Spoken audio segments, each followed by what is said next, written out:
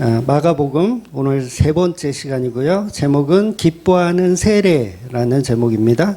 마가복음 1장 9절에서 11절까지 세 절만 보겠습니다. 마가복음 1장 9절에서 11절 같이 읽을게요.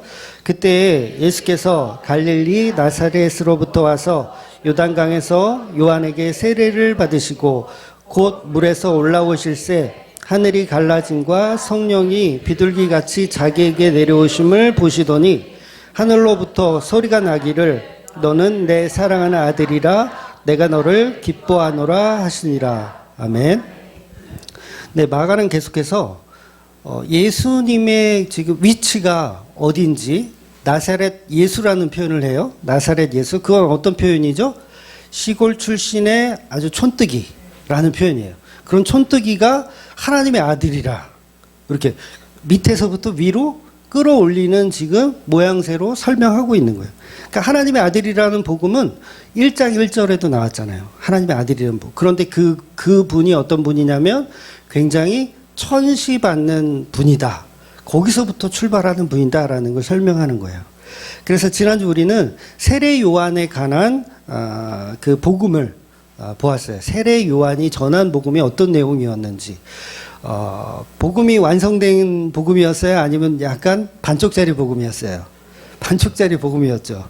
네, 지난주 말씀 안 들으신 분은 무슨 얘기인지 모르시겠지만, 그러니까 세례 요한은 거짓 선지자는 아니에요. 거짓 선자는 발음도 안 되냐 오늘? 너무 더워서 그런 거 아니야? 네, 안 더워요? 네, 네 알겠습니다. 세례 요한은 거짓 선지자는 아니고 참 선지자이지만 아직 때가 이르지 않아서 그래요. 네, 때가 이르지 않아서. 그러니까 구약 속에 있는 약속을 전달하는 것까지는 할 수 있지만 그래서 율법적인 어떤 회개하라. 천국이 가까이 왔다. 이런 얘기는 할 수 있지만 아직 완성된 복음은 갖고 있지 않아요. 완성된 복음이 뭐예요? 바로 십자가죠. 근데 세례 요한은 십자가를 보지 못했기 때문에 완성된 복음을 갖지는 못했어요.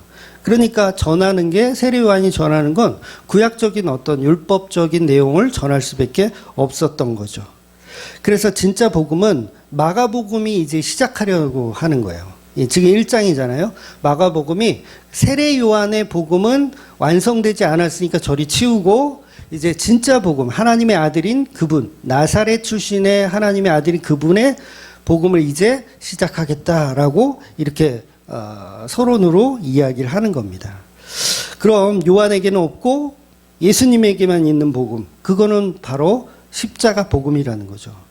즉 교회가 이 땅에 아무리 많아도요, 여러분 예수 그리스도께서 완성하신 십자가 복음을 전하지 않으면 그건 여전히 구약적인 세례 요한의 가르침에 불과하다는 거예요. 그래서 십자가가 없는, 십자가는 말 그대로 우리 기독교의 알맹이죠. 십자가를 빼버리면 기독교에서 뭐만 남아요? 아무것도 남지 않아야 돼. 그러니까 예수님에게서 십자가를 빼면 아무것도 남지 않아야 되고 기독교에서 십자가를 빼도 아무것도 남지 않아야 되는 거예요. 근데 많이 남아있죠. 예수도 빼고 십자가도 다 뺐는데 많이 남아있어. 그러면 그걸 종교생활 잘한다. 욕하려고 그런 거 아니에요? 종교생활 잘한다. 이렇게 볼 수밖에 없는 거죠. 그러니까 세례 요한은 십자가를 모르기 때문에 자기가 생각하는 율법, 즉 십자가로 완성되지 못한 구약의 율법으로만 말씀을 이해했고 요한은 그래서 율법적인 회개를 외친 거예요. 회개하라 이렇게. 그래서 지금 요한 앞에 많은 사람들이 지금 무릎을 꿇고 세례를 받고 있어요. 요단강에서 많은 사람, 여기에는 바리새인 출신도 있고요, 사두개인도 있고, 그 다음에 일반 백성들도 있어요. 그 사람들이 다 세례 요한 앞에 엎드려서 지금 세례를 받고 있어요. 복음이 완성되지 못한 분에게. 그러니까 오늘날도 똑같아요. 복음이 완성되지 못한 분들에게 교인들이 그분 앞에 세례를 받아요. 여러분 다 세례 받으셨죠? 거의 대부분 받으셨을 텐데 제가 그 세례 주신 그 목사님들을 욕하려는 게 아니라 그 목사님들이 만약에 예수도 없고 십자가도 없다. 그러면 뭐 하는 거예요? 아직 구약의 율법적인 세례를 받는 거예요. 복음이 아닌 어떤 그냥 행사죠. 말 그대로 행사. 결국은 내가 율법을 잘 지켜서 지금 이 세례 받고 있다. 이렇게 생각하는 거예요. 그러니까 윤리적이며 도덕적으로 내가 잘 살아냈으니까 세례 받아도 된다. 이렇게 생각해요. 그러니까 여러분 세례 받을 때 보통 고민하는 분들이 있거든요. 왜 고민하냐면 내가 술을 못 끊어서 목사님. 내가 술을 못 끊고 담배를 못 끊어서 세례를 받을 자격이 없어요. 여러분 이게 맞는 얘기예요? 그거하고 전혀 상관이 없는 거예요.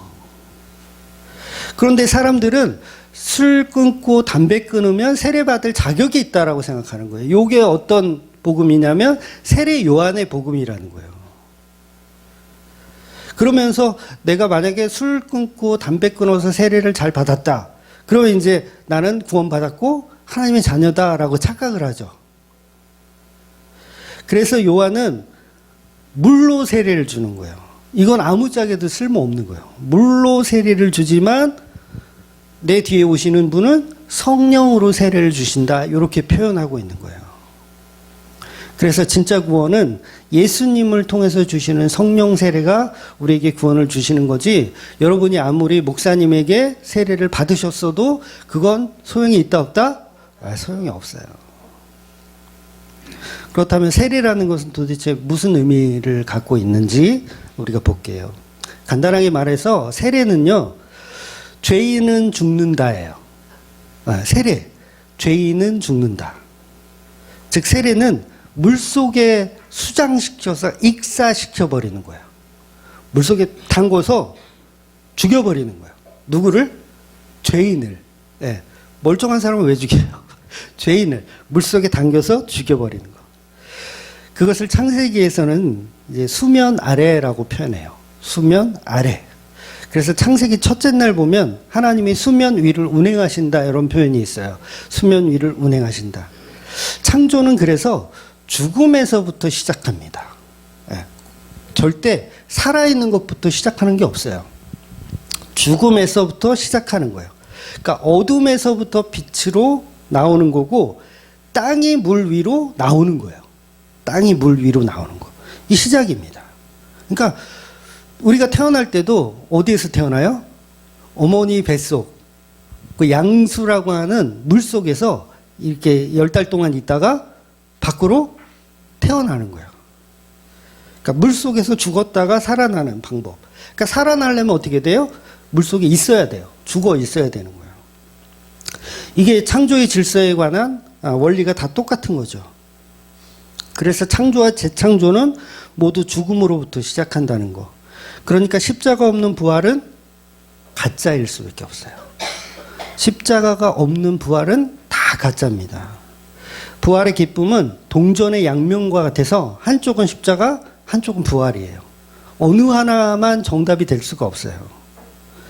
그래서 반드시 십자가와 함께 하는 게 바로 세례인 거예요. 세례. 십자가와 함께 하는 것이 부활인 거고. 그래서 오늘 본문이 이 세례를 통해서 두 가지를 다 담고 있어요. 십자가와 부활. 세례를 통해서 십자가와 부활을 다 같이 담고 있는 거예요. 특이하죠? 오늘 부활절인데 이 말씀을 주시는 게 창세기에 나오는 창조의 시간을 잠깐 보면 첫째 날에 하나님이 천지를 창조하셨어요. 이 창조는 땅이 혼돈하고 공허하며 흑암이 깊이 위에 있는 상태예요. 거기서 빛을 만들어내시는 거예요. 보통 하나님은 첫째 날은 그냥 빛을 만드셨다. 이렇게만 우리가 사실 알아요. 그러니까 이게 성경학자들의 견해 때문에 그렇거든요. 왜냐하면 창세기 1장부터 5장까지가 첫째 날에 관한 이야기인데 이걸 어떻게 해석하냐면 첫째 날과 둘째 날은 그냥 개괄적인 거다. 첫째 날부터 일곱째 날의 개괄적인 이야기다. 라고 보는 견해가 거의 지배적이에요. 근데 저는 어떻게 보냐면 그렇게 보지 않고요. 1장부터 5장까지를 첫째 날로 보는 거예요. 그래서 하나님이 천지를 창조하시니라 이걸 첫째 날로 보는 거죠. 그래서 빛을 무에서부터 빛을 창조하는 게 아니라 어둠에서부터 빛을 창조하는 걸 보는 거예요. 그래서 하나님이 첫째 날 흑암이라고 하는 어둠, 천지를 창조하시는 개념인 거죠. 그래서 첫째 날 빛을 만든 것을 맞지만, 오늘 발음 되게 안 돼. 첫째 날 빛을 만든 것을 맞지만 빛만 만든 게 아니라 어둠과 그 다음에 흑암, 공허, 이 상태를 미리 만드셨다는 거예요. 왜냐하면 빛을 만들기 위해서는 반드시 어둠이 먼저 선행되어야 하는 게 이게 질서라는 거예요. 질서. 그래서 생명을 만들기 위해서도 혼돈과 공허의 상태가 먼저 필요한 거예요. 혼돈과 공허의 상태. 그래서 이건 뭐 제가 특별하게 막 계시를 받아서 이혜원 목사만 특이하게 해석을 한다. 1절부터 5절까지를 그냥 첫째 날로 보는구나. 이런 관점을 제가 특이 해서가 아니라요. 여러분이 성경을 한번 그냥 냉정하게 한번 지금은 이제 읽을 시간이 없으니까 집에 돌아가셔서 1절부터 5절까지를 한번 묵상해 보세요. 만약에 이게 1절하고 2절을 그냥 전체적인 개괄로 보잖아요. 그러면요, 어떤 난점이 생기냐면요, 지구 만든 날이 사라져버려요. 도대체 지구는 언제 만들었어? 그러니까 첫째 날은 빛 만들었죠. 둘째 날은 뭐 만들었어요? 네, 궁창. 궁창을 만든 게 아니라요, 궁창을 나누어요. 셋째 날은 땅이 드러나죠. 물 위로 드러나요. 도대체 지구는 언제 만든 거예요? 그래서 어떤 사람들은요, 지구는 원래 있었다. 그래서 지구는 안 없어진다. 그래서 여기서 영원히 살아야 된다. 신천지 같은 개념. 근데 이걸 1절부터 5절까지를 그냥 첫째 날로 봐버리면 이 문제가 해결이 돼요. 아, 첫째 날 하늘과 땅을 만드셨구나. 그런데 그 땅은 아직 완성되지 않은 공허하고 흑암 가운데 있는 상태였구나. 그 상태에서 빛이 오는 거예요. 빛은 누구를 상징한다 그랬어요? 예수님을 상징하잖아요. 흑암과 공허의 상태에서 빛이 오시는 개념. 그래서 이제 모든 만물을 만들 준비가 되었다. 이렇게 해석이 되는 거죠. 그래서 첫째 날 흙인 땅을 만드는 거예요. 흙, 땅. 그런데 이 흙은 뭐죠? 누구의 재료예요? 우리 인간을 만드는 재료잖아요. 근데 그 재료는 아직 완성되지 못한 상태. 그래서 땅을 만드시고 그것을 궁창이라고 하는 물로 덮어 놓으신 거예요. 다 덮어 놓으셨어요. 그래서 그 위를, 수면 위를 운행하시는 거죠. 이제 재료들을 다 만들어 놓으시고, 하나님은요, 첫째 날 모든 창조의 재료를 다 만드신 거예요. 이해가 되세요? 둘째 날, 셋째 날 새롭게 만든 게 없어요. 그냥 있는 재료 가지고 만드는 거예요. 여러분, 나무, 새, 이런 게 다 어디서 나와요? 지구라고 하는 그 무기질에서부터 출발하잖아요. 여러분이 어디서 나와요? 하늘에서 떨어져요? 흙이라고 하는 무기질에서 다 여러분이 태어난 거고, 앞으로 죽으면 흙으로 돌아가는 거예요. 그러니까 첫째 날 모든 재료를 다 세팅을 다 해놓으신 거예요. 지구에 관해서. 물론 별과 달과 이런 거는 좀 우주 밖의 이야기니까 에덴 동산에 있는 그 개념으로 본다면 모든 재료가 첫째 날 다 완성이 되어 있는 거예요. 그럼 그거 가지고 이제 뭐 하시는 거예요? 창조를 이제 시작하는 거예요. 그래서 이제 첫째 날 재료를 세팅하시고, 둘째 날 하나님이 궁창을 둘로 나누십니다. 그러니까 땅에 있던 궁창을 하늘 위의 궁창으로 반씩 나누는 거예요. 물론 이렇게 나누었어도 아직 땅이 드러나진 않아요. 네, 이 물이 워낙 많기 때문에 땅이 드러나진 않고 아직도 덮여 있는 상태, 아직도 죽어 있는 상태. 네, 죽어 있는 상태는 뭐죠? 슬픔이죠. 슬픔이에요. 죽어 있는 상태. 십자가를 상징하는 거예요. 물로 덮여 있는 그 상태는 아직 십자가를, 죽음의 저주를 상징하는 거예요. 그래서 여러분이 창세기를 좀 유심히 보시면 특이한 게 있어요. 특이한 게 뭐냐면, 하나님이 보시기에 좋았더라라는 말씀이 모든 날에 다 있는데 없는 날이 한 날이 있어요. 그 날이 언제냐면 둘째 날이에요. 유일하게 없어요. 오히려 이 끝에 가서 여섯째 날은 두 번이나 하시거든요. 하나님 보시기에 좋았더라. 하나님 보시기에 이걸 두 번이나 나오는데 둘째 날은 아예 없어요. 왜 없을까요? 제가 말씀드린 대로 그건 죽음을 상징하기 때문에 그래요. 흑암과 공허의 상태를 상징하기 때문에 흑암과 공허가 하나님 보시기에 좋았더라 하면 돼요, 안 돼요? 안 되잖아요. 그러니까 궁창은 말 그대로 저주를 상징하는 거예요. 그래서 그날은 없습니다. 하나님 보시기에 좋았더라가. 왜냐하면 흙이 궁창 속에 갇혀있기 때문에 그래요. 그래서 그날을 십자가로 상징하는 거죠. 저주의 시간으로. 물론 첫째 날도 죽음을 상징하지만 첫째 날은 빛을 만드셨기 때문에 하나님 보시기에 좋았더라는 말씀이 있는 거예요. 빛이 있기 때문에 좋았더라는 말씀이 있는 거예요. 그러나 둘째 날은 그것이 없기 때문에 창조의 질서에 따라서 하나님 보시기에 좋았더라는 말이 생략이 되는 겁니다. 그래서 첫째 날은 어둠과 빛, 하늘과 땅을 만드셨고 셋째 날은 이제 묻이 수면 위로 이제 올라와요. 땅이 이제 수면 위로 올라와서 각종 풀과 나무와 열매 맺는 채소들이 이제 자라나기 시작합니다. 그리고 넷째 날은 태양과 별과 달을 만드세요. 다섯째 날은 바다의 물고기와 하늘에 나는 새들을 창조하시죠. 그리고 여섯째 날은 땅의 생물들, 짐승들, 그리고 우리 인간을 창조하시는 거예요. 그럼 보세요. 둘째 날만 무엇을 만들지 않으셨죠. 둘째 날은 그냥 궁창을 나누는 것만 했어요. 무엇을 만들지 않으셨어요.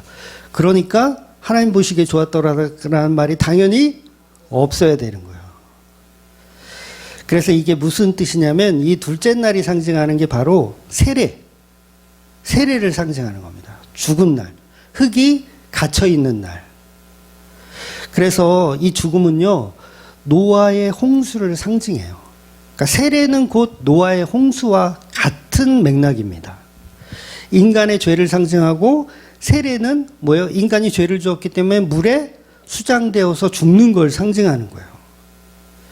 그래서 셋째 날 땅이 수면 위에 올라오는 거, 이건 뭐예요? 이것도 세례죠. 세례는 들어갔다 나오는 거죠. 그러니까 둘째 날은 들어간 거고 셋째 날은 나오는 거예요. 들어갈 때는 하나님 보시기에 좋았더라가 없고요. 나올 때는 하나님 보시기에 좋았더라가 있어요. 그러니까 십자가는 하나님 보시기에 좋았더라가 없고요. 부활은 하나님 보시기에 좋았더라가 있어요. 재미없으신가? 표정들이 다들 심각하네. 네, 제가 좀 진행이 빠른가요? 네. 그리고 그동안은 무생물만 만드셨어요. 무생물. 살아있는 걸 만들지 않으셨어요. 근데 셋째 날부터는 살아있는 식물을, 채소를 만들기 시작하는 거예요. 그래서 여러분 여기서 이상하죠? 넷째 날 태양을 만드시는데 셋째 날 풀과 채소와 열매, 나무들을 만드셨다. 태양 없으면 이걸 어떻게 자라게 하셨을까? 말이 안 되잖아요.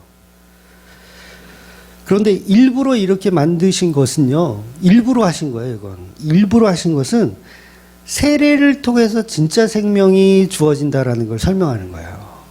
태양을 통해서 진짜 생명이 주어지는 게 아니라 묻이 바다에서 올라오는 거, 이게 세례, 부활, 이게 진짜 생명을 여러분들에게 준다라는 의미인 거예요. 그럼 뭐예요? 넷째 날 태양으로부터 오는 그 빛은요, 신학적으로 그걸 일반 은총이라 그래요. 그건 생명이 없는 사람도 이 은혜를 받고 사는 거예요. 일반 은총의 은혜를. 그런데 그건 진짜 생명이 아니라는 거죠. 즉 물리적인 태양으로 우리가 살아가는 것이 아니고, 성도는 일반 은총으로 살아가는 것이 아니고 예수님이 받으신 그 세례를 통해서 저와 여러분이 죽었다 살아나는 그 부활로 살아가는 존재라는 거예요. 그러니까 태양 같은 게 필요가 없어요. 태양을 피하세요. 태양이 필요가 없어요. 우리의 생명은 예수님이 만드신 십자가와 부활로 살아갈 수 있는 거예요. 그러니까 태양 따위는 없어도 풀은 잘 자라고 이 생명나무는 잘 자라요. 태양이 없어도. 그래서 하나님이 둘째 날과 셋째 날 물속의 땅을 드러나게 하시는 이 창조의 역사 속에서 세례의 개념을 이미 비밀스럽게 다 집어넣고 계신 것이죠. 그래서 6일 창조의 내용 속에 십자가에 죽으시는 예수님이 고스란히 다 들어있어요. 예, 우리가 지혜가 없어서 그걸 못 알아보는 것 뿐이죠. 그런데 창조의 목적은 뭡니까? 예수 그리스도를 드러내기 위한 거예요. 여러분, 인간을 하나님이 이렇게 어항을 만들어 놓고 여기서 너네들 잘 살아라 이렇게 만든 게 이 땅덩어리가 아니라 예수 그리스도가 얼마나 위대한 사랑을 갖고 있는지를 표현하기 위해서 이 땅을 만드신 거예요. 이 모든 우주를. 그러면 이 모든 우주 속에 그리스도의 십자가와 부활이 없겠어요? 있죠. 당연히 있는 거예요. 그래서 세례는 땅이 물이 땅을 덮어서 죽였고 땅이 그 물을 뚫고 나왔다. 이게 세례의 의미가 있는 거죠. 십자가와 부활입니다. 예수님이 십자가에 죽었어요. 땅이 물을 덮어버린 죽음이고 저주의 바다가 예수님을 덮쳐버린 거예요. 그런데 그게 끝이 아니고 예수님이 죽음을 뚫고 올라오시는 거예요. 생명의 날, 셋째 날, 생명의 날. 그동안은 무생물이었는데 셋째 날부터 진짜 살아있는 존재들이 창조되는 그날 예수님이 올라오시는 거죠. 그래서 예수님이 3일 만에 부활하시는 의미도 같이 적용이 되는 거예요. 부활하시 죽었다가 3일 만에 부활하시는 거예요. 그래서 셋째 날 생명이 만들어지고 땅이 묻이 드러나게 시작하는 거예요. 그래서 세례의 의미는 십자가 부활입니다. 죽음과 생명, 창조와 재창조를 의미하죠. 그래서 구원은 물에 빠져 죽은 영혼을 물 밖으로 건져내는 거예요. 물에 빠져 죽은 영혼을 이 머리끄댕이를 딱 잡고 물 밖으로 건져내는 거예요. 이걸 구원이라고 하는 거예요. 그러면 일단 어떻게 해야 되겠어요? 일단 빠져야죠. 일단 빠져야 되는 거예요. 그래야지 구원이 성립이 돼요. 일단 빠져야지. 그런데 모든 인류는 다 빠졌다. 이게 성경이 말하고 싶은 본질인 거예요. 근데 구원이 필요 없다고 생각하는 사람은 나는 안 빠졌다. 나는 안 빠졌어. 나는 안 죽었어. 이렇게 생각하는 거죠. 그런데 성경은 모든 인류가 죄를 범하였음에 하나님의 영광에 이르지 못한다는 말은 다 우리는 빠져있는 상태다. 물속에. 그래서 물속에 빠져있는 상태를 건져 올리는 것이 바로 구원이라는 거죠. 그래서 저주의 물을 통해서 다시 살아나는 것. 이게 구원의 모형을 표현하는 겁니다. 그래서 레위기 우리가 보고 있지만 레위기서도 보면 부정한 것이 물건에 닿잖아요. 그러면 어떻게 하냐면 그걸 물로 빨아요. 물로 빨아요. 씻습니다. 그릇 같은 거는요. 물을 담가둬야 돼요. 물을 며칠 동안 이렇게 담가두고 나서 시간이 지나야 그걸 정하다라고 할 수 있어요. 이 의미는 뭐예요? 그 그릇이 죽었다예요. 물을 담가두는 건 죽었다. 그래서 물속에 들어가서 죽고 다시 태어나는 거. 즉 물속에서 다시 출몰하는 걸 거듭남이라고 하는 거예요. 그래서 구약의 노아의 홍수가 세례를 모형하는 사건이죠. 죄로 물든 인간들이 전부 물에 빠져 죽고 그 죽음을 통해서 다시 살아나는 거.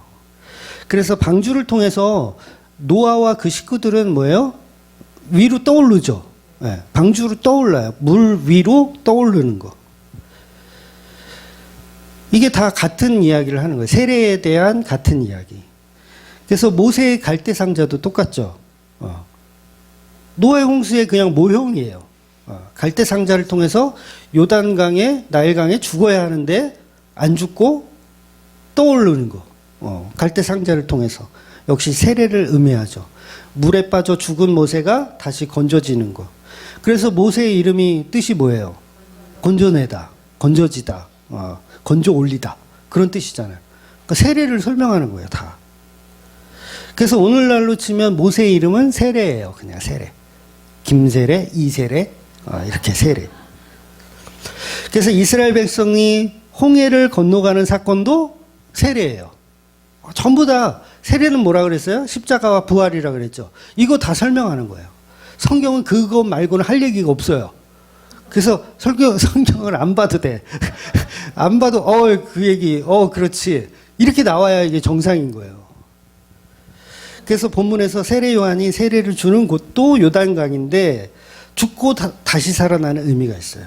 왜냐하면 광야에서 홍해를 건너서 광야에서 죽었다가 요단강을 건너서 살아나는 개념이니까. 그래서 세례는요, 반드시 죄가 있는 죄인이 받는 거예요. 죄가 있는 죄인. 그러니까 흑암과 공허의 상태에 있는 아직 생명이 없는 그 상태의 존재들이 세례를 받는 겁니다. 세례는 죽었다가 다시 태어나는 거니까. 그럼 오늘 본문에서 예수님은 요한에게 세례를 받으세요. 방금 제가 뭐라 그랬냐면 죄가 있는 죄인만 받아야 한다 그랬잖아요. 그런데 왜 예수님이 세례를 받으시죠? 죄가 없으신 분이 세례를 받으면 이건 논리적으로 죄가 있다는 뜻이 되어버리잖아요. 그런데 왜 이게 죄가 있다라는 뜻이 되지 않느냐면, 지난주에 이제 제가 충분히 설명을 드렸는데, 요한의 세례는 구원의 효과가 있다, 없다? 없다예요. 없다. 그러니까 만약에 구원의 효과가 있다면 예수님 받으시면 안 돼요. 근데 아무 효과가 없는 거예요. 세례 요한은. 그래서 죄가 없으신 예수님이기 때문에 세례 요한의 세례는 아무 의미가 사실은 없는 거예요. 왜냐하면 죄를 사해 줄 능력이 세례 요한에게는 없어요. 지금 그 앞에 무릎 꿇고 세례 받는 사람들 다 뭐 하고 있는 거예요? 쇼하고 있는 거예요. 쇼. 물론 그게 나쁘다는 의미는 아니에요. 윤리 도덕적인 회개를 통해서 예수를 만날 수도 있어요. 하나의 과정으로 보세요. 그러나 그건 완성된 복음은 아니라는 거죠. 즉 예수님은 죄가 없으시니까 세례를 받을 필요가 없고 홍수로 죽으시면 안 돼요. 죄가 없으신 분이기 때문에. 그런데 오늘 예수님이 세례를 받는 이유는 다른 의미가 있어요. 그러니까 죄를 사하기 위해서 세례를 받는 게 아니라 완전히 반대예요. 그러니까 인간의 죄를 뒤집어 쓰기 위한 반대의 개념인 거예요. 죄를 사하는 게 아니라 죄를 가져오는 거. 대출받는 거예요. 나 죄가 없으니까 죄를 어떻게 해요? 대출받는 거예요. 이런 개념. 그래서 세례 요한의 세례는 그저 예수님이 주시는 성령 세례가 아니기 때문에 그냥 예고편일 뿐입니다. 예고편. 절대 누구도 구원할 수 없는 세례를 세례 요한은 주고 있는 거예요. 그래서 세례 요한이 베푸는 세례가 진짜 구원의 효과가 있는 게 전혀 아니라는 거죠. 그래서 그게 만약에 능력이 있다면, 세례 요한의 세례가 능력이 있다면 예수님은 오실 필요가 없고요. 또 예수님보다 더 우월해집니다. 세례 요한이. 그래서 예수님이 죄가 있는 분으로 인정하는 꼴이 되어버려요. 그래서 그 의미는 없다. 그 세례 요한의 세례는 아무 의미가 없다.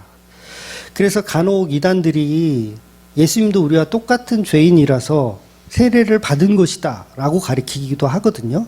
우리랑 똑같은 인간이다. 어쩔 수 없다. 절대 그런 의미에 속아서는 안 되십니다.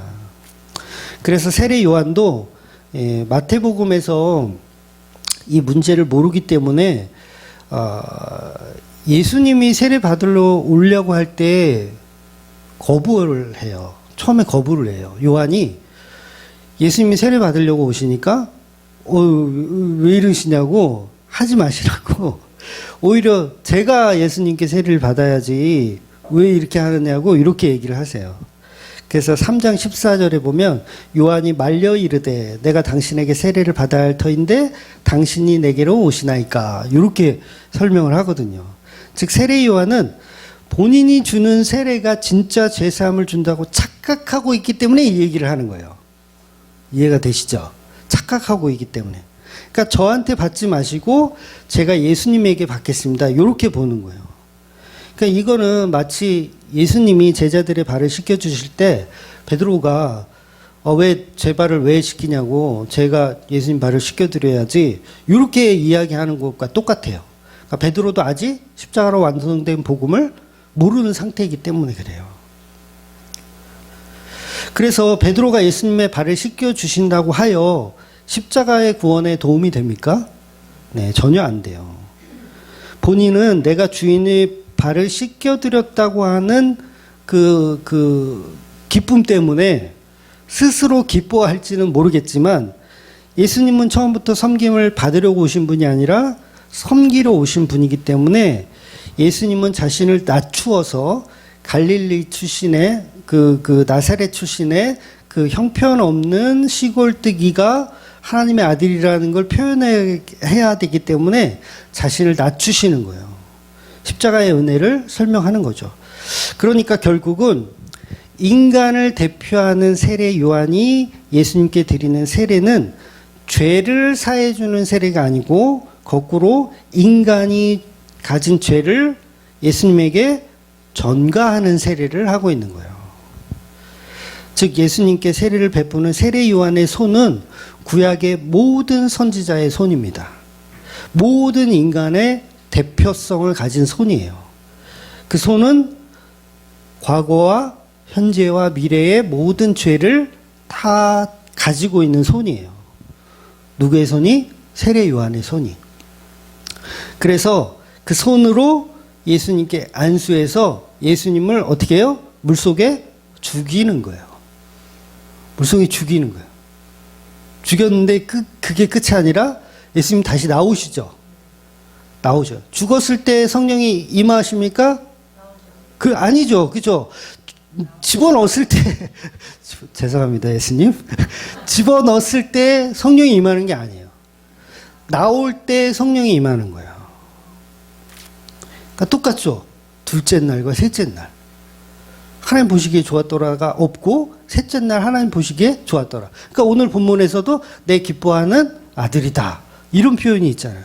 들어갈 때 하지. 십자가에 달렸을 때 좀 하지. 근데 하나님은 십자가에 달렸을 때 안 하세요.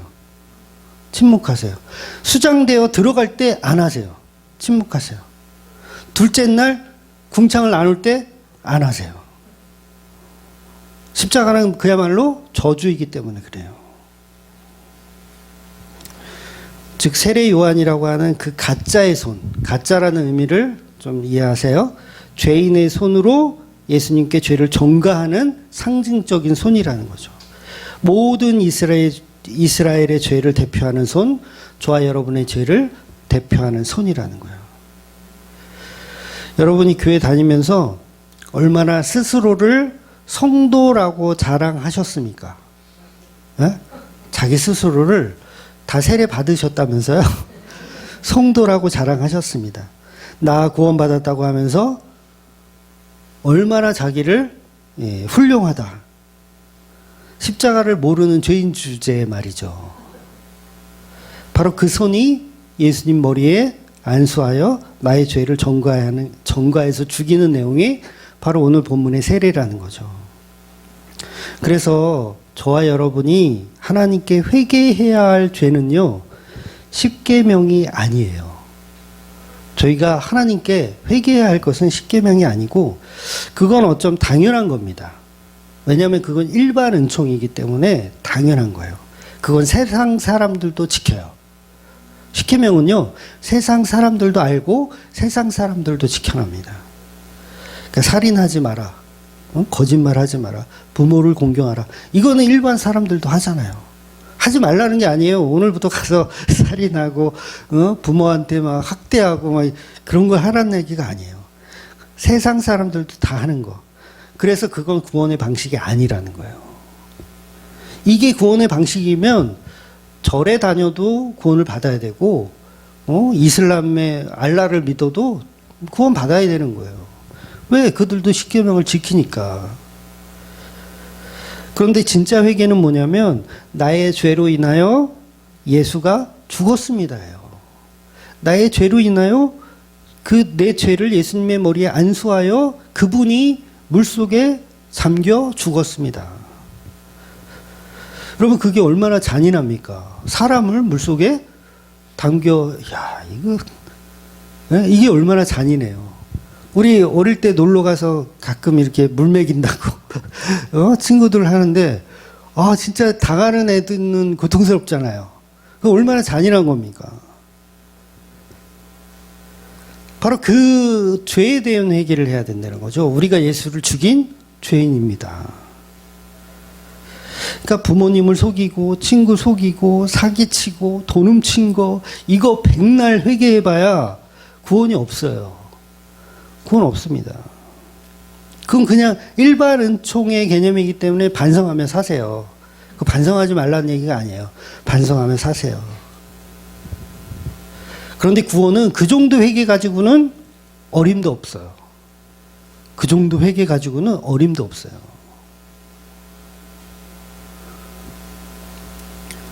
우리가 뭘 회개해야 되느냐? 나는 이렇게 악한 존재인데 지옥 가도 마땅한 존재인데 예수님이 나 때문에 십자가에 죽으셨다는 사실을 성령의 은혜로 알게 하는 그 회개를 하셔야 돼요. 그래서 예수 믿지 않는 게 죄예요. 그것 때문에 지옥 갑니다. 다른 것 때문에 지옥 가는 게 아니에요. 윤리적이며 도덕적인 거 아무리 많이 회개하여 착하게 살아도 예수 믿지 않으면 구원이 없어요. 이게 진짜 기독교입니다. 다른 기독교에 속지 마세요. 진짜 기독교는 예수를 죽인 죄인임을 알아야 돼요. 그래서 윤리 도덕적으로 착한 교회 만들기 해봐야 소용이 없어요. 그러니까 착한 교회가 있어요. 이 옆에. 그런데 십자가와 부활의 구원의 개념은 없는 교회야. 여기 착한 교회. 윤리 도덕적인. 여기는 이단 중에 개수, 막 정명석, 막 신천지, 막 이런 애들. 둘이 볼 때, 하나님 보실 때 어떻다? 똑같아요. 똑같아. 그러면서 서로 이렇게 막 이단이라고 정죄하죠. 서로. 하나님의 교회 그 문 앞에 보니까 이렇게 대문짝 같이 뭐가 써 있더라고요. 신천지 출입금지. 하나님 교회 가니까.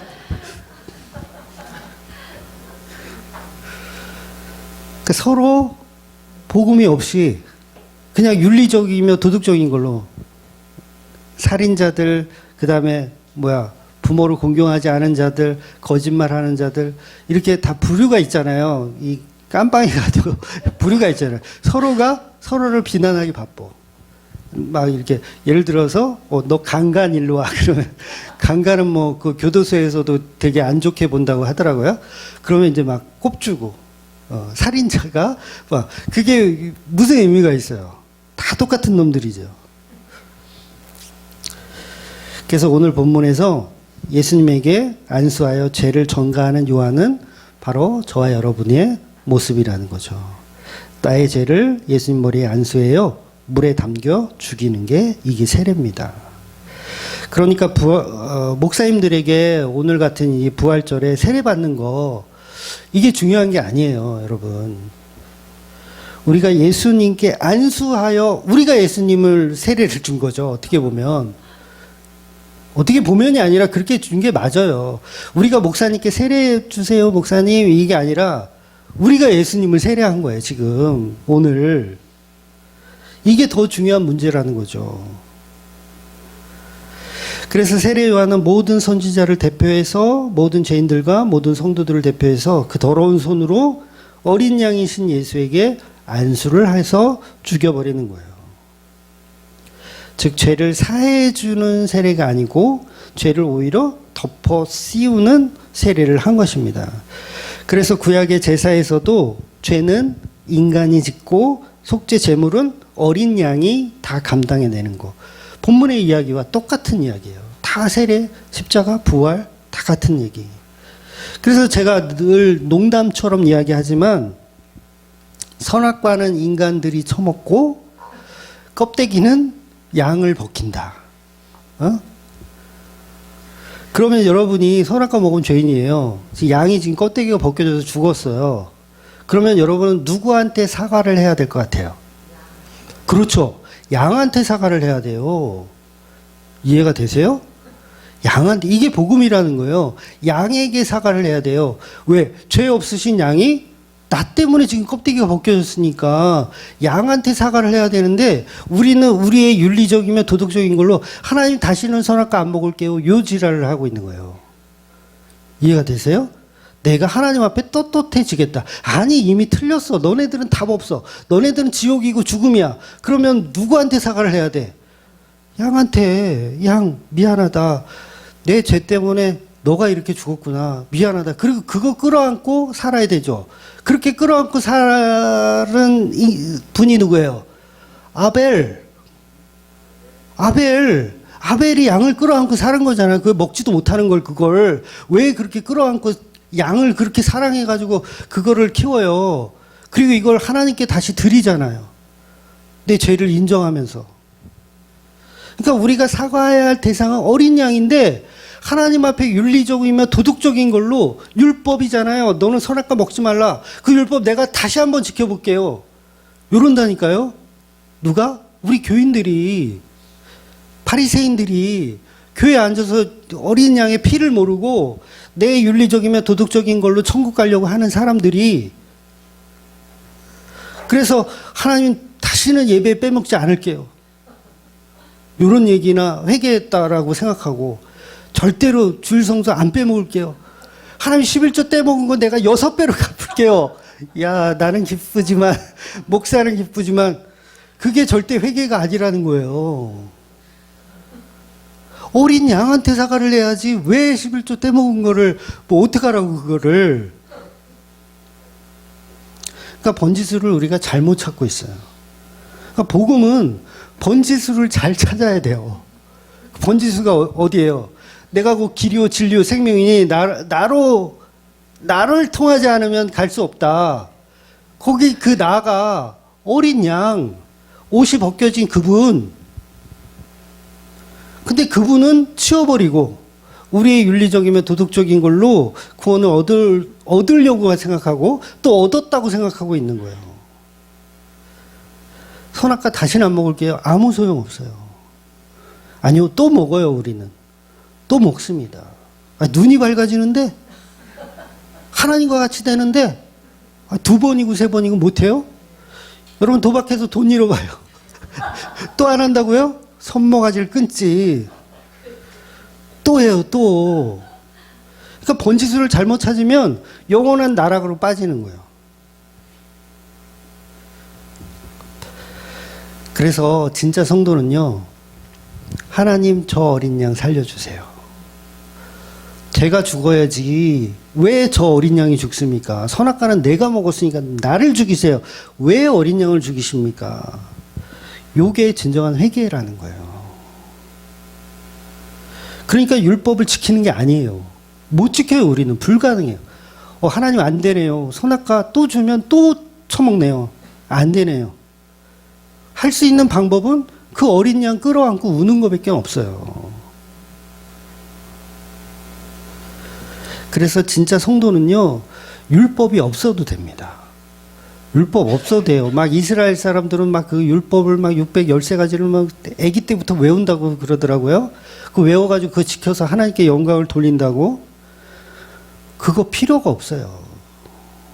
그걸 통해서 내 죄를 발견하고 어린 양 예수를 발견할 수 있어야 되는데, 그렇게 발견하지 못할 바에는 아무리 봐야 소용이 없다는 거죠. 그래서 구약의 제사에서도 백성이 이제 제사를 드리려고 짐승을 가지고 오잖아요. 그러면 제사장이 대신 그 짐승을 잡아주는 게 아니에요. 가져온 사람이 그 짐승을 머리에 안수하고, 제사장이 안수해 주는 게 아니에요. 죄인인 내가 그 어린 양 가져온 거 머리에 안수하고 내 죄를 대신하여 이 어린 양이 죽습니다. 그리고 그 양을 죽이는 거예요. 우리가 죽이는 겁니다. 우리가 예수를 물속에 집어넣은 아주 흉악한.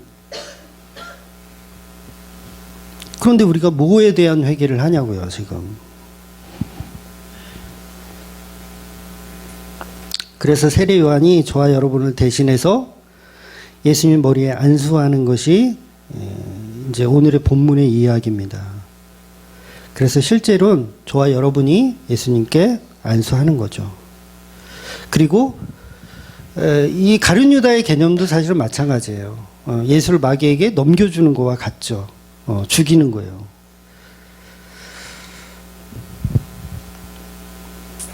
그래서 예수님은 저와 여러분을 사랑하기 때문에 그 죄를 다 감당해 내시고 벗겨지시는 거예요. 가죽이 벗겨지시는 거예요. 그래서 그 벗겨짐으로 인해서 죄가 도말되어지는 거죠. 그 묵묵히 십자가를 지고 끝까지 지켜내시는 그분의 역사, 십자가라는 그 역사가 바로 복음이라는 거예요.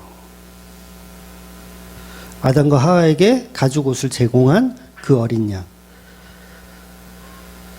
사실은 에덴 동산에서요, 아담과 하와를 가장 사랑했던 존재가 어린 양으로 봐야 돼요.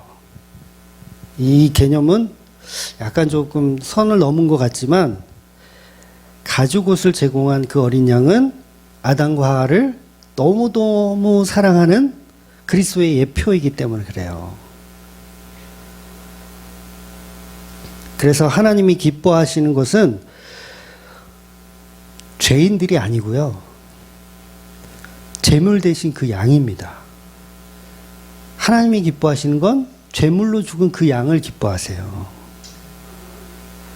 한번 생각해 보세요. 여러분의 아들을 타인 때문에 죽게 생겼는데 그 걔네들이 이쁘겠어요? 예를 들면 얘네가 살인자인데 우리 아들을 죽였어. 그래서 얘네들이 찾아와가지고 미안하다 그러면서 한 1억? 좀 더 부를까? 한 10억 줬다고 칩시다. 그게 기쁘겠어요, 그게? 하나도 안 기뻐요. 아니, 찾아오는 것도 싫어. 찾아오지 마. 그런데 이 죄인들이 누구한테 사과를 하는 모습을 보고 싶어요? 내 아들에게 사과하는 모습. 진정으로 사과하는 모습, 그 모습 보고 싶지. 다시는 살인 안 할게요. 이따위 소리가 내 귀에 들어오냐고요. 안 들어오죠.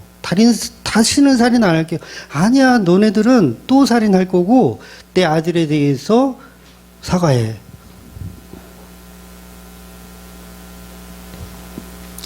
그러니까 우리가 여러분 예배 드릴 때도 하나님께 우리가 예배 드리러 오는 거 아니에요. 우린 살인자인데, 하나님의 아들을 죽인 살인자인데 하나님께 예배 드리러 와요? 염치도 없지. 무슨 자격으로 오는 거예요? 예수님께 사과하러 오는 거예요. 사과하러. 바로 여러분을 위해 십자가에 죽으신 그 예수님 때문에 예배하러 오시는 거예요. 그 예배자를 하나님이 기뻐하시는 거죠. 그러니까 윤리 도덕적인 거 회개하러 온 애들은 하나님이 안 기뻐하세요. 어차피 다 그놈이야. 절에 다니는 사람이나 뭐 다 그놈이야. 근데 유일하게 내 아들에게 사과하려고 오는 그 사람을 찾는 거예요. 그 사람 때문에 그 예수님 때문에 기뻐하게 되는 거죠. 그래서 그동안 세례 요한이 얼마나 많은 세례를 했어요. 예수님이 부각되기 전에 얼마나 많은 세례를 해. 그런데 한 번도 성령이 내려오질 않았어요. 한 번도 성령이 내려온 적이 없어요. 그런데 예수님이 세례를 받으시니까 이제 성령이 나타나셔서 내 기뻐하는 자다라고 표현하는 거예요. 그러니까 그동안 했던 건 다 쇼야. 진짜는 예수님의 세례죠. 그래서 저와 여러분요, 예수님 때문에 예배 드릴 수 있는 거예요. 여러분이 가지고 온 헌신과 봉사와 충성은 저만 좋아요. 여러분이 내는 헌금은 저만 좋아요. 하나님은 그거 안 보세요. 그거 안 보세요. 얘가 진정으로 예수에게 사과하고 있는지, 정말 예수를 자기 신랑으로 믿고 정말 사랑하고 있는지 그거 보신다는 거예요. 그러니까 우린 착각하면 안 돼요. 내가 헌신하는 거, 내가 드린 찬양, 내가 드린 기도, 내가 드린 헌금, 하나님이 기뻐하실 것이다. 여러분, 웃기지 마세요. 뭐 11조가 참 논란이 많잖아요. 지금까지도 참 논란이 많아요. 근데 11조를 찬성하시는 분들, 저는 이제 완전 반대죠. 네, 완전 반대인데 11조를 찬성하시는 분들의 논리를 들어보잖아요. 그러면 성경적으로 인정하시는 분들이 꽤 있어요. 이 목사 말이 맞네. 구약으로 이렇게 하니까 11조는 사라진 게 맞네. 그런데 나는 하나님이 좋아서 11조 하는 거야. 그것까지 왜 뭐라 그래. 난 하나님 너무 사랑해서 나 소득의 10분의 1을 하나님께 드리는 거야. 이게 내가 좋아서 하는 신앙 고백인데 왜 그걸 못하게 이 목사는 저한테 그렇게 얘기해요. 그럼 제가 뭐라 그래요? 그러세요. 본인이 자격 있다 생각하는 거예요. 내가 하나님께 뭔가 드릴 수 있는 자격이 있는 존재라고 생각하는 거예요. 살인자 주제에 큰 착각이죠. 아주 믿음이 없는 표현인 거예요, 사실은. 아주 심각한 정신병인 거예요. 살인자가 선물 갖다 주면 그 부모가 기뻐하겠지라고 생각하는 거예요. 자격 없어요, 우리는. 나는 주님 앞에, 하나님 앞에 설 자격 없는 살인자입니다. 그래서 하나님께 드릴 게 아무것도 없습니다가 진짜예요. 그래서 진짜 성도는 예수 없으면 나는 아무것도 아닙니다. 감히 11조를 제가 어떻게 하나님께 드립니까? 그래서 연보 조금 교회에 하는 거예요. 이게 맞는 거예요. 무슨 염치로 하나님께 용돈을 드려요, 여러분이? 죽으려고. 그러니까 교회 내는 연보 이거 하나님께 상달된다 안 된다? 안 된다. 목사가 다 쓰는 거예요. 목사가 다 써요, 이거 어차피. 그래서 11조는 예수님이 드리신 거예요. 예수님이. 그래서 하나님이 그 예수를 기뻐 받으시는 거죠.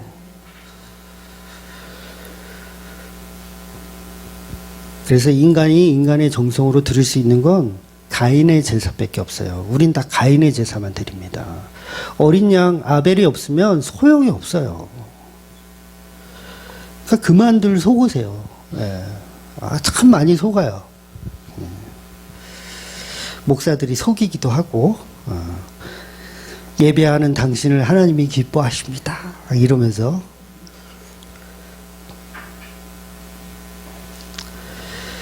우리는 예수님의 죽으심으로 그냥 참여하는 거예요. 덩달아.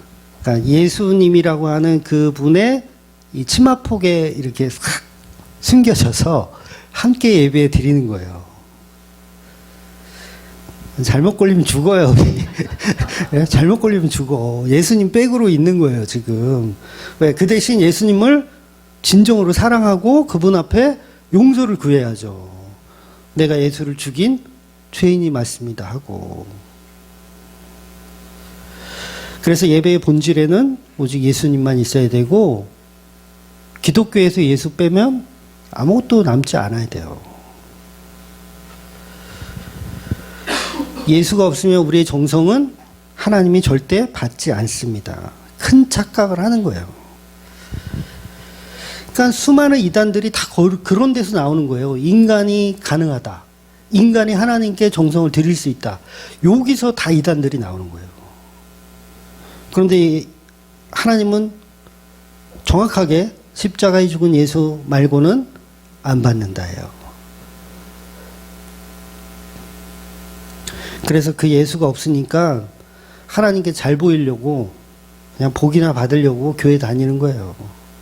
헌신하고 충성하면 천국의 상급이 이렇게 쌓인다니까 열심히 하는 거예요. 현대판 바리새인이에요. 예수님은 없어. 그냥 내가 예수님이야. 오늘 본문도 보면 내 기뻐하는 자다. 이거 누구한테 하신 말씀이에요? 예수님한테 하신 말씀이잖아요. 근데 옆에서 세례 요한의 세례를 받은 어떤 인간이 나도 하나님이 기뻐하는 자야?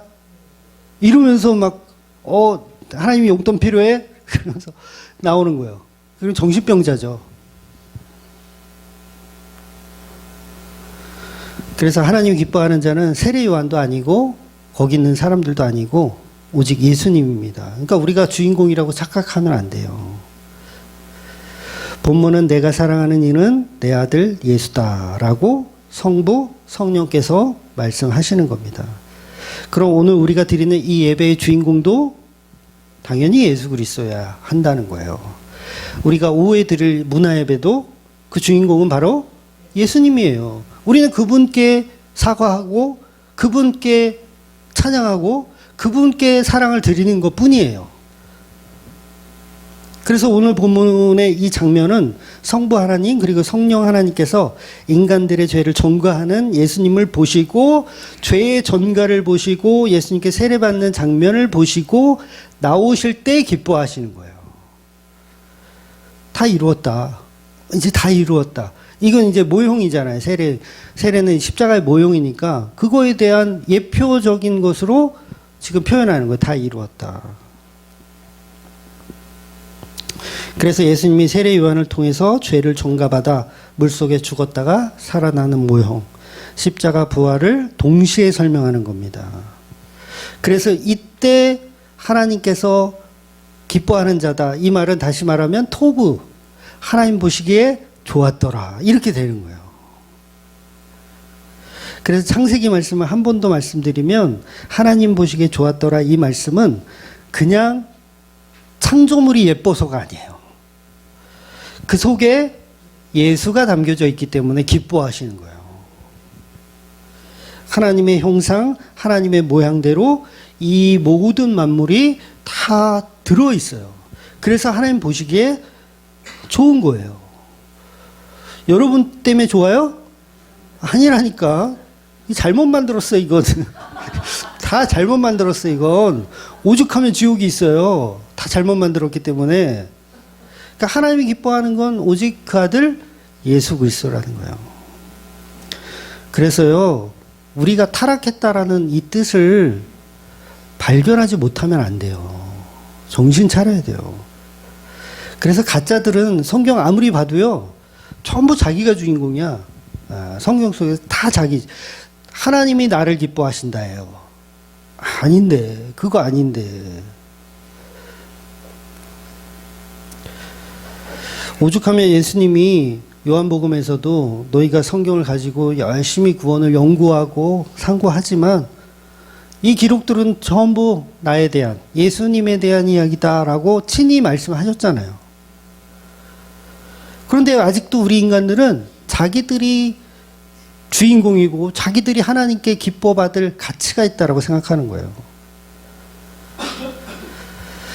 아닙니다. 오늘 본문은 우리의 죄가 예수님에게 전가되어 예수님 죽이는 내용인 거예요. 그리고 나서 예수님 부활하셔서 저와 여러분에게 생명을 선물해 주시는 거죠. 그래서 성령이 비둘기같이 내려오는 거예요. 사랑하는 독생자의 죽음으로 인해서 새하늘과 새 땅이 이제 묻히 올라오는 거죠. 바다 위로 올라오는 거예요.